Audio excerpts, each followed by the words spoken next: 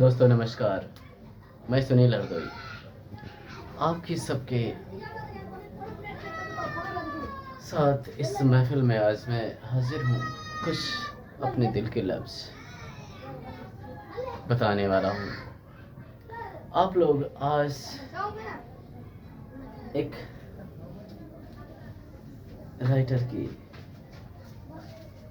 आप बीती या जीवन की सच्चाई सुनने वाले हैं। दोस्तों, ये ज़िंदगी हमें कभी हंसाती है और कभी बहुत रुलाती है। दोस्तों, हर एक पल में इस ज़िंदगी कुछ न कुछ हमें सिखाने की बात करती है। हर पल हमें ये ज़िंदगी कुछ न कुछ सिखाती रहती है। हम एक कदम इधर चलते हैं, एक पत्थर आता रास्ते में, कोई रोड़ा आ जाता है। कभी कोई अपना ही हमारे रास्ते का रोड़ा बन जाता है। मगर रोड़ा भी दोस्तों वही बनता है जिसे हम दिल से चाहते हैं। ये सच है।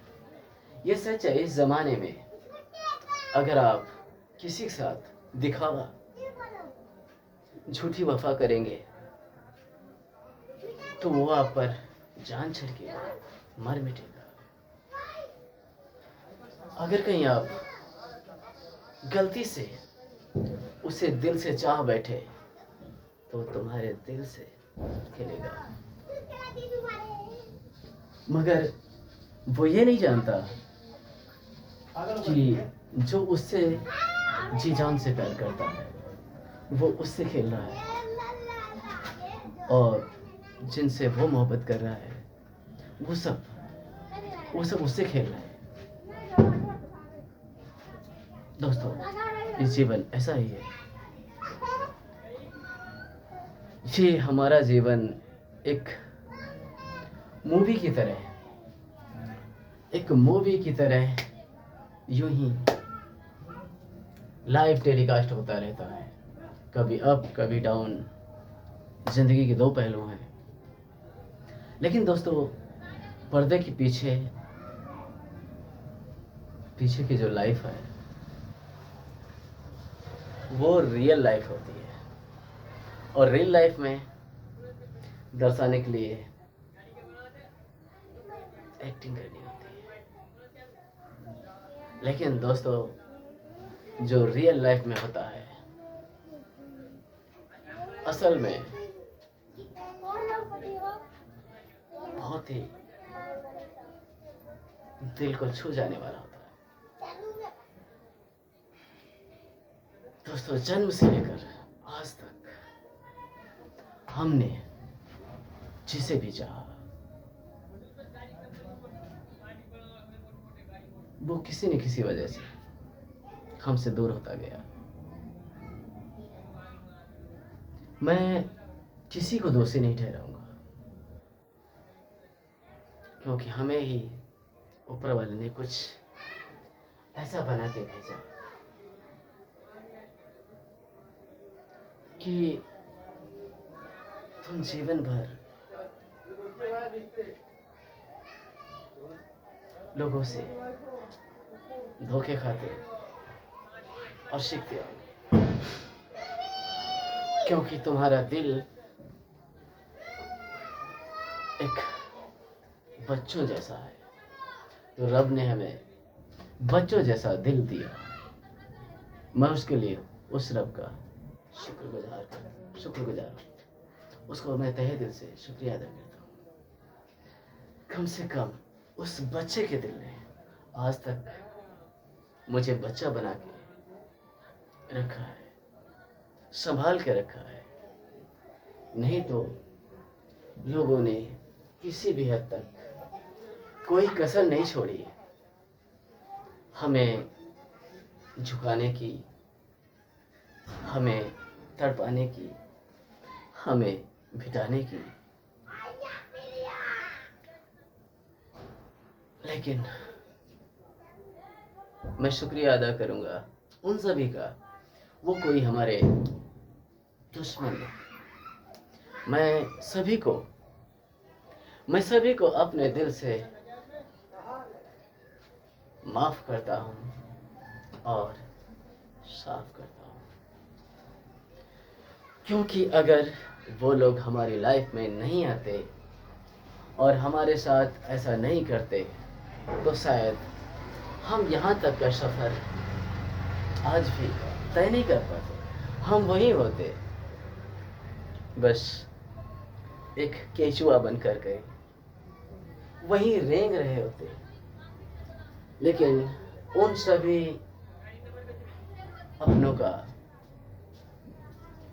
बहुत बहुत शुक्रिया जो हमें रास्ता दिखाया। शायद उन्हें पता था कि ये ऐसे कुछ नहीं करने वाला, ये बहुत बड़ा बेवकूफ़ है।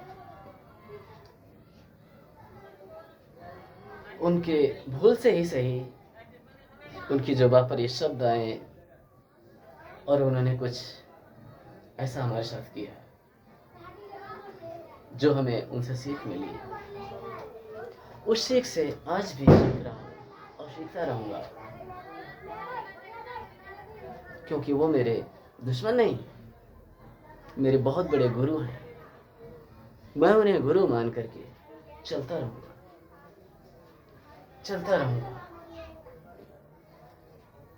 और वो भी एक दिन सोचने पर मजबूर हो जाएंगे कि मैंने इसे इतना सताया, इतना तड़पाया, इतना रुलाया, इतने दर्द दिए, मगर ये चलने का नाम, मगर ये चलने का चलता ही चला जा रहा है, मगर ये चलता ही चला जा रहा है, रुकने का नाम ही नहीं लेता।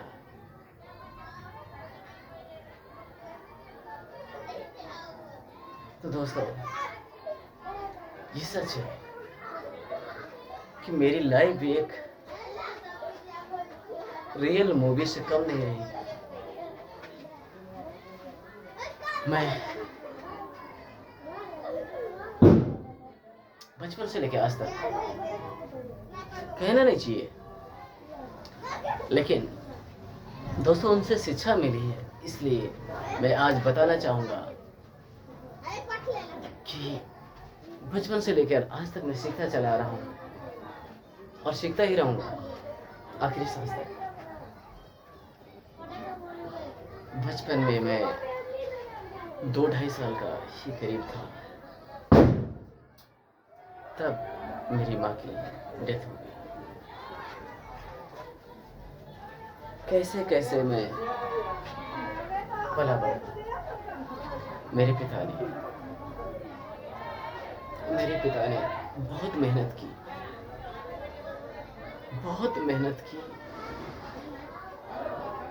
हम 2 बहन भाइयों को पाले। मैं बताना भूल गया, मैं करीब 2.5 साल का था और मेरी बहन शायद 6 महीने की थी जब मेरी माँ की डेथ हुई।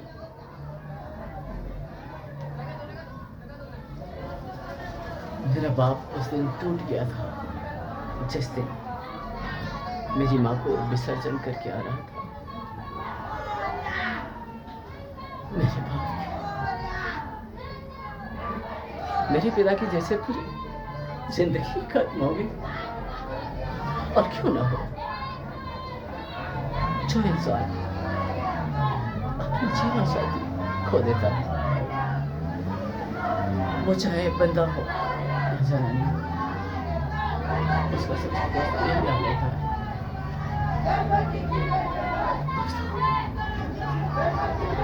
उनका बैठा होकर सिर्फ वो नजर सोच कर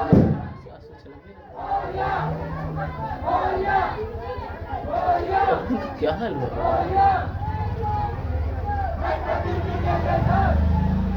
मैंने उनकी आवाज सुनी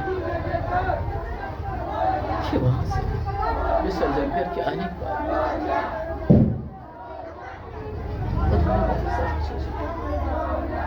सब कुछ बिखर गया। और सच में सब कुछ उजड़ गया, सब कुछ बिखर गया था।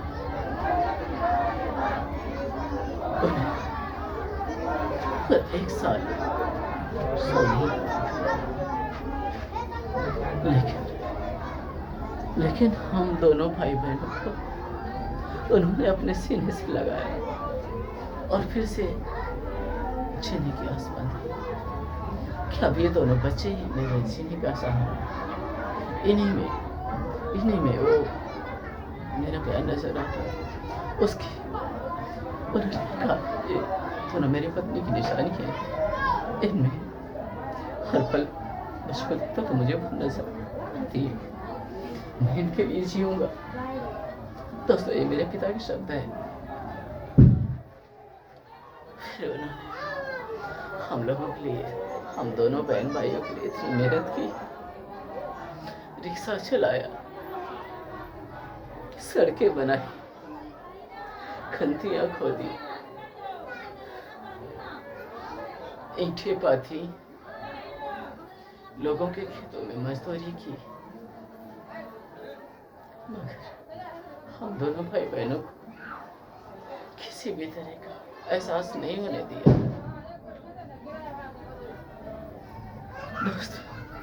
दोस्तों मैं आप सभी को बताना इसलिए चाहता हूँ, इस जीवन का कोई भरोसा नहीं। शायद ये क्लिप कभी मेरे बच्चे भी देखें तो सच्चाई से अवगत हो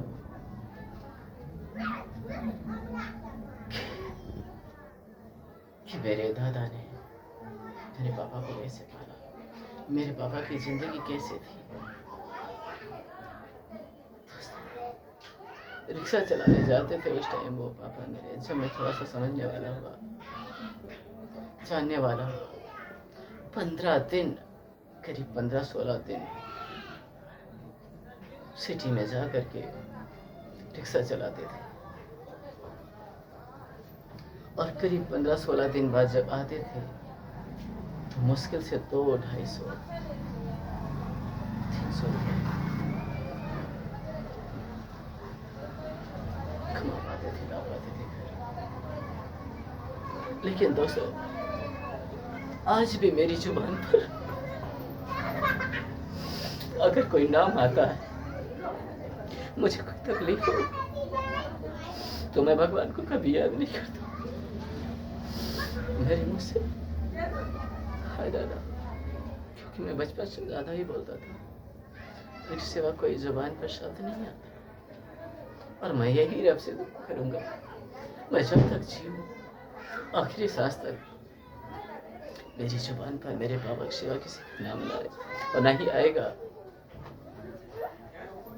इतने बलिदान दिए मेरे पापा ने, उनकी शादी के लिए खुद उनके ससुर ने, उनके और कई सही संबंधों ने बहुत सलाह दी, राय मशवरा दिया, लेकिन उन्होंने ना कहा। उन्होंने कहा कि जो मेरे बच्चे हैं यही मेरे सब कुछ है। आज से मैं सिर्फ इनके लिए जीऊंगा, सिर्फ इनके लिए जीऊंगा। जैसे भी हैं, जो भी हैं, मुझ पे जो भी बीता मैं सहन करूंगा, मगर अपने बच्चों से दूर नहीं रहूंगा। उन्होंने मुझे सीने से लगा के रखा, मुझे मेरी हर जरूरत की चीज जो उनसे हो सकती थी उन्होंने हर चीज ला के दी। सैल्यूट है ऐसे माँ बाप को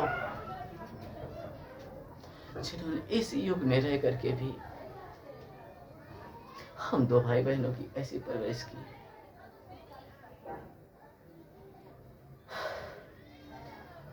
दोस्तों मैं ये चाहता हूँ, उस रब से भी दुआ करता हूँ, मेरे पापा हमेशा स्वस्थ रहें, खुश रहें। मैं इस टाइम अपने पापा से दूर हूँ, उनके दिल से दूर नहीं हुआ कि वो मेरे दिल से कभी दूर होंगे। कुछ काम बस मैं कहीं बाहर रह रहा हूँ, लेकिन मैं उस भगवान से पहले उन्हीं माँ बाप के चरणों में नमन करता हूँ। सबसे पहले मैं अपने माँ बाप का नाम लेता हूँ, बाद में गुरुओं का, फिर उस मालिक को याद करता हूँ। दोस्तों, लोग कहते हैं, बड़े बाप के बेटे कहते हैं कि हमारे पास ये गाड़ी है, वो गाड़ी है, ये सवारी है, ये वाहन है, सब तरह की सवारियाँ करते हैं। लेकिन दोस्तों, मैंने वो सवारी की है जो दुनिया का सबसे अमीर व्यक्ति करा सकता है। सबसे नसीब वाले को सवारी मिलती है। समझ सकते हैं वो क्या है? मैं अपने बाप के कंधे पे बैठकर बड़ा हुआ हूँ। कहीं भी जाना है, मेरे पिताजी, मेरे दादाजी मुझे अपने कंधे पे बैठा के ले जाया करते थे। मैं अगर बीमार भी पड़ रहा था तब भी कंबल उड़ा करके, खुद ठंडी में कांपते थे क्योंकि कंबल हुआ करता था, और मुझे उस कंबल में मुझे लपेट करके मुझे कांधे पे बैठा लेते थे। मुझे डॉक्टर क्या ले जाते थे, खुद कांपते थे। मुझे एहसास होता था कि मुझसे ज्यादा तो मेरे पापा कांप रहे हैं, क्योंकि इतनी ठंडी अकड़ा देने वाली होती थी। और नंगे पाँव ओस में, बर्फीले पानी में ओस में चलते थे, पानी मंझा के जाते थे, लेकिन कभी मेरे सामने अपने दर्द का एहसास नहीं होने देते थे। कभी कोई रिश्तेदारी जाना होता था तब मुझे कंधे पे बिठा के ले जाते थे। मैंने वो सवारी की है दोस्तों, जो सबसे बड़े नसीब वाले को होती है। मैं अपने आप को बदनसीब नहीं मानता। हाँ, मेरी माँ की डेथ हुई बचपन में, मेरे पापा के भी कुछ कर्मों का फल था, और मेरे भी कर्मों का फल यही था कि मैंने भी किसी की माँ को जुदा किया होगा, तो उस रब ने मेरी माँ भी मुझसे छीन ली। लेकिन दोस्तों, कहते हैं ना, जब ऊपर वाला एक रास्ता बंद करता है तो हजारों रास्ते खोल देता है। उसी तरह रास्ते खुलते गए, मेरे पापा मेहनत करते गए, हमें पालते पोसते गए। धीरे धीरे दोस्तों मेरी उम्र भी बढ़ती रही।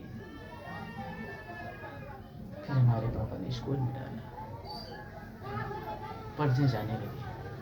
लेकिन दोस्तों, मैं कहता नहीं था, लेकिन हर पल, हर लम्हा मैं सोच में डूबा रहता था, किस दिन मैं कमाऊंगा, किस दिन मैं अपने बाप की मेहनत करना बंद कर पाऊंगा, किस दिन मैं अपने बाप का रिक्शा उनके हाथ से छुड़वाऊंगा। दोस्तों, मैं 5वीं पढ़ने के बाद पढ़ाई भी करता रहा, लेकिन 5वीं के बाद मुझे सिलाई का शौक था। सिलाई का रुझान बढ़ा। मैंने अपने पापा से कहा मैं सिलाई सीखूंगा। उन्होंने कहा पढ़। नहीं पढ़ाई नहीं करूँगा, कैसा सीखूंगा। मैं पढ़ता रहा और छुट्टियों के टाइम सीखने लगा। फिर दोस्तों, मैं 8वीं के बाद पढ़ाई छोड़ दी। मेरे पापा ने कहा पढ़ लो, इस समय दोबारा नहीं आएगा, लेकिन मैं काम सीखूंगा। फिर उन्होंने कहा फिर तुम्हारी जैसी मर्जी है, मैं तो कह रहा हूँ। फिर मैंने काम सीखा, काम सीख करके मैं दिल्ली चला गया। दिल्ली में मैंने 7 महीने पहली बार, दिल्ली गया भी कैसे, कभी ट्रेन छुई नहीं थी। बैठने की दूर की बात है, कभी टच करके, कभी छुई नहीं थी ट्रेन। टच करके नहीं देखा था ट्रेन का एहसास कैसा होता है। और हम टिकट कटा के चले गए। वहाँ पर मैंने 7 महीने बहुत दिक्कत झेली, बहुत परेशानियाँ झेली। पेट भर शायद खाना भी नहीं मिला, लेकिन गांव के रिश्तेदार बहुत लोग इंतज़ार कर रहे थे कि देखना ये 8 दिन के बाद यही गाँव नजर। लेकिन दोस्तों मैंने भी ध्यान रखी थी कि चाहे बर्तन क्यों न धोना पड़े, मुझे चाहे ढाबे पर ही क्यों ना मुझे काम करना पड़े, मुझे दिहाड़ी क्यों ना करना पड़े, लेकिन मैं जब तक अपने काम में कामयाब नहीं हो जाऊंगा, मैं घर वापस नहीं हूँ। दोस्तों 7 महीने लगे, लेकिन उन 7 महीनों के दौरान मैंने बहुत कुछ सीखा और एक्सपर्ट बनने लगा। दोस्तों आज के एपिसोड में मैं इतना ही बताना चाहूँगा। मिलते हैं कल एक नए एपिसोड के साथ। दोस्तों आज मैंने पता नहीं क्या दिल में आया जो मैंने आप लोगों को सुनाना चाहा। शायद आपको ये कुछ संदेश दे सके, आपको कुछ हमारी इस रियल स्टोरी से कुछ सीखने को मिल सके। तो दोस्तों आज की वीडियो में यही खत्म करना चाहता हूँ। आप लोग अपना ध्यान रखें। नमस्कार, सलाम, सत श्री अकाल।